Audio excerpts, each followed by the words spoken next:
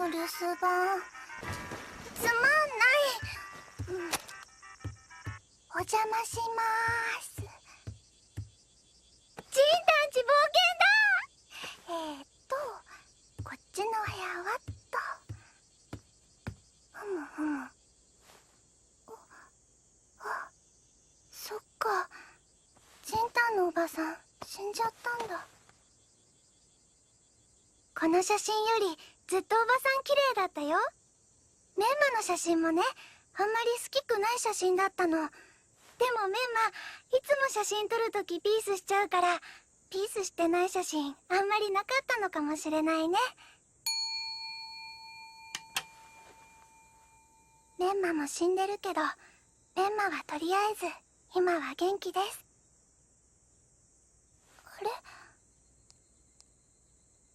また泣いちゃった。ジンタンに怒られちゃう。Ohio Mina,俺は Tratです, and welcome to Trat's Reviews. Today I'm going to be reviewing Anohana. So, Anohana is one of two anime done by the same company, I'm pretty darn certain, and have very similar names. So you have Anohana and Anonatsu Dunamatsu. This is the Anohana review. If you want the Anonatsu review, then go check that out when I'm done with that in a week or so from now. So, Anohana. In everyone's life, they encounter death at some point of one form or another, whether it be a family member, a close childhood friend, or even just a neighbor that you barely knew. Welcome to life, people die. Or as House would say, everybody dies. Well, after he did the everybody lies bit, there was the everybody dies bit, but that's separate. Now, generally, when anime look at death, there's, I'd say, about 3 different ways that they approach it. Either they're approaching death from the standpoint of basic background information, whether that be this character is this way because of the fact that somebody else is dead, or from something like Bleach, where you have soul reapers and they go around taking souls and whatnot. A second way is for plot progression. Sometimes a character has to die for other characters to get their act together, or whatever reason that plot may be. And then a third reason why there can be death is for character development. This is going off of some arbitrary stuff I made up on my own. Don't hold me to this ever on anything else. But generally, from what I've seen, that's usually the 3 different ways death is used. It's for background information, plot progression, or character development. In Anohana, it's used pretty much exclusively for character development.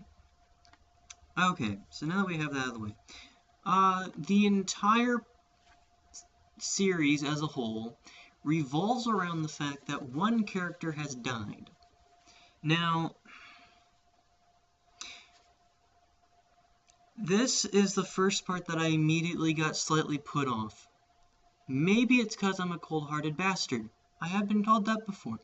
But I personally don't understand how you can't come to terms with the death of someone if the death happened about 10 years ago.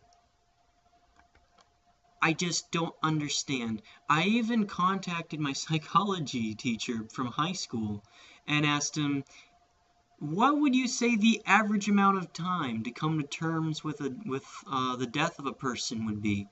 And his response was about 3 to 5 years max, if it was like, wait, no, was it years or months? It makes a big difference. Hold on a sec. Okay, 3 to 5 months to get used to it, a year to fully come to terms, or something like that.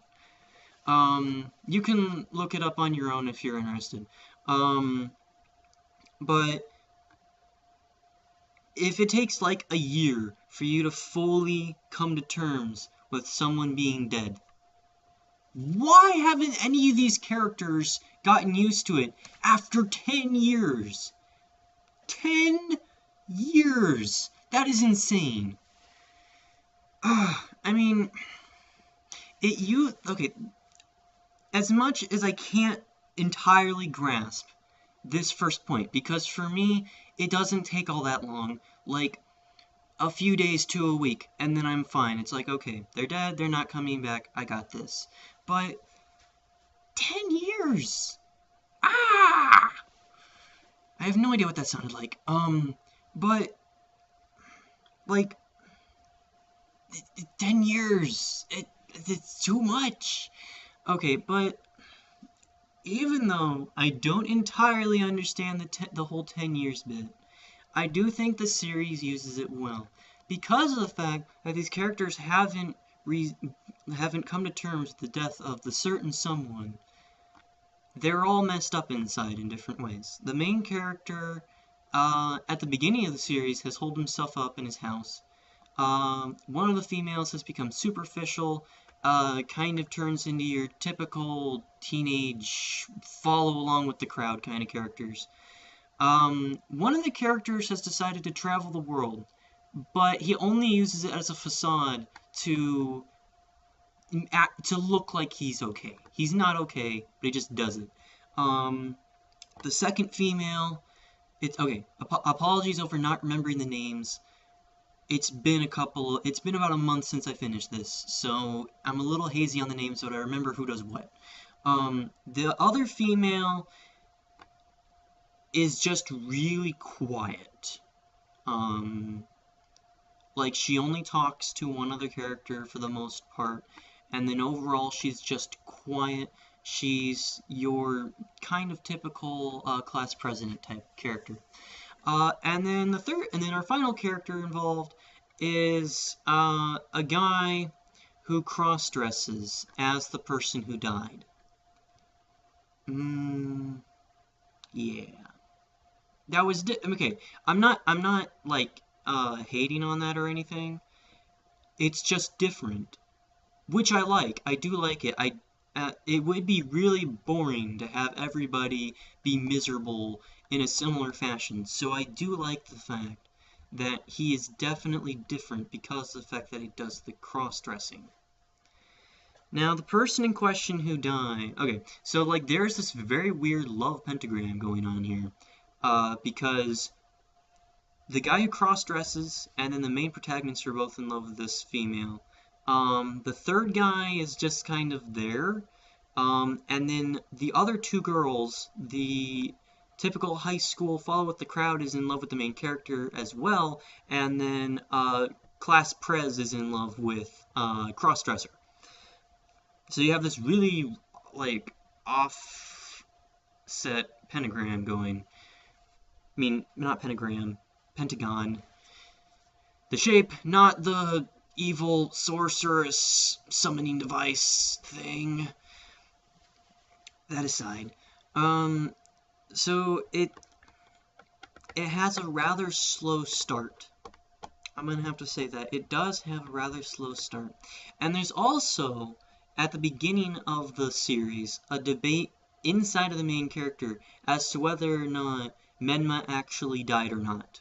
And that was really interesting. For the first couple of episodes, is you as a viewer trying to figure out if she's actually dead, like a ghost, or if it's the main character's imagination.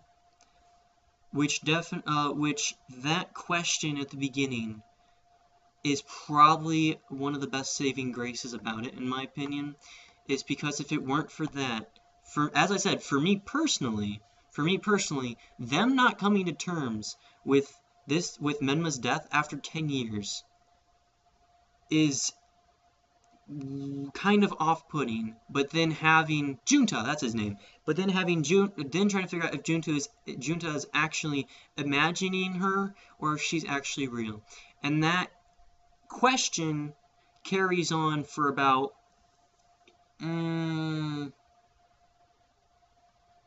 that question carries on for about 2/3 of the series. Because as Junta tries to interact with his former Osananjimis, childhood friends, if you don't know what that means. For him interacting with his previous childhood friends, there's this back and forth going on of, is Junta making this up, or is she actually there? Now, fast forwarding a little bit, looking at how it decides to resolve itself. I'm not going to say spoilers, but the way that they finally get around to seeing if she's actually real or not, in my opinion, takes way too long.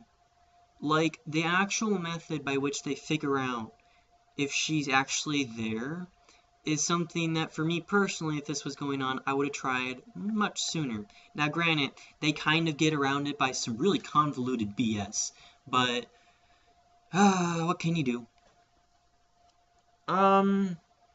So, if I were to give this a rating between 0 being this is awful, and 10 being this is the best thing since whatever, I'm gonna have to give it a 7. It's not awful by any means, and it is actually pretty good, and I can see why this is a really big deal this past summer. Yes, the past summer, that's when it came out. I can see why it was, I can totally understand why this was a big deal, because it really does work on getting at your feels, and the music is very good at this. Okay, so how it goes is that the series uses the same song whenever something emotional is supposed to be happening or is happening, so that by the time you reach the end of the series, they have conditioned you so darn well. And then the music plays, and then if you're someone who's prone to crying, you're going to cry. That being said, being the cold-hearted bastard that I am, I only felt feels. I didn't cry myself, but I did definitely go, oh, this is so sad, for about 30 minutes. And then I watched Gintama, and that emotion went out the window. So yeah, I mean, if you want a romance, there's romance. If you want a mystery, there's a bit of mystery. If you want an interesting story with character development, you have an interesting story with character development. It's just that, in my opinion, I don't think that this should have been 10 years down the road. Now, granted, that being said, if this did happen previously, around the time that this should have been happening, the story would have been completely different, and I might have not enjoyed it.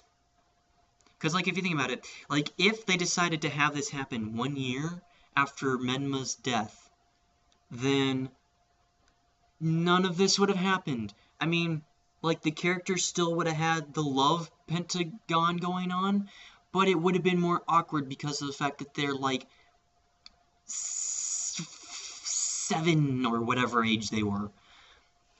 It would have been a tad more awkward having 7-year-olds declaring their love for each other than it is for 15-year-olds end up declaring their love for each other.